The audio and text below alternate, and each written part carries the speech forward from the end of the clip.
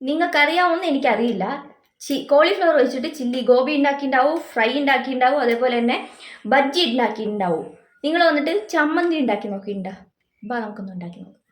Pan ചൂടാക്കി നമ്മുടെ വെളുത്തുള്ളി വാട്ടി, മുളക് വാട്ടി, അതിലേക്ക് വന്നിട്ട് സവാള വാട്ടി, സവാളയൊക്കെ നല്ല ഗോൾഡൻ ബ്രൗൺ ഷെയ്ഡ് ആക്കണം.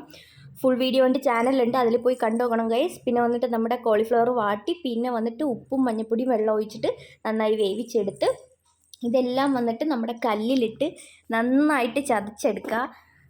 പിന്നെ വന്നിട്ട് അതിലേക്ക് പുളി ആഡ് ചെയ്യുക. പുളി ആഡ് ചെയ്ത് കുറച്ച് കൊത്തമല്ലി ഇട്ട്, മല്ലിയില അല്ലെങ്കിൽ വന്നിട്ട് കറിവേപ്പില ഇട്ട് കുറച്ച് പച്ച വെളിച്ചെണ്ണയും കൂടെ ഒഴിച്ചിട്ട് എടുക്കണം ഗൈസ്. അടിപൊളിയാണ്. നിങ്ങൾ ഫുൾ വീഡിയോ വന്നിട്ട് ചാനലുണ്ട്. അടിപൊളി റെസിപ്പിയാണ് ഗൈസ്. എല്ലാവരും ഒന്ന് ട്രൈ ചെയ്ത് നോക്കണം. സൂപ്പറാണ്. ഞാൻ എക്സ്പെക്റ്റേ ചെയ്തില്ല. കോളിഫ്ലവർ ചമ്മന്തി എന്ന് പറയുമ്പോൾ നമുക്ക് ആ ഒരു ടേസ്റ്റ് വേറൊരു ലെവൽ സാധനമാണ് ഗൈസ്. ട്രൈ ചെയ്ത് നോക്കും.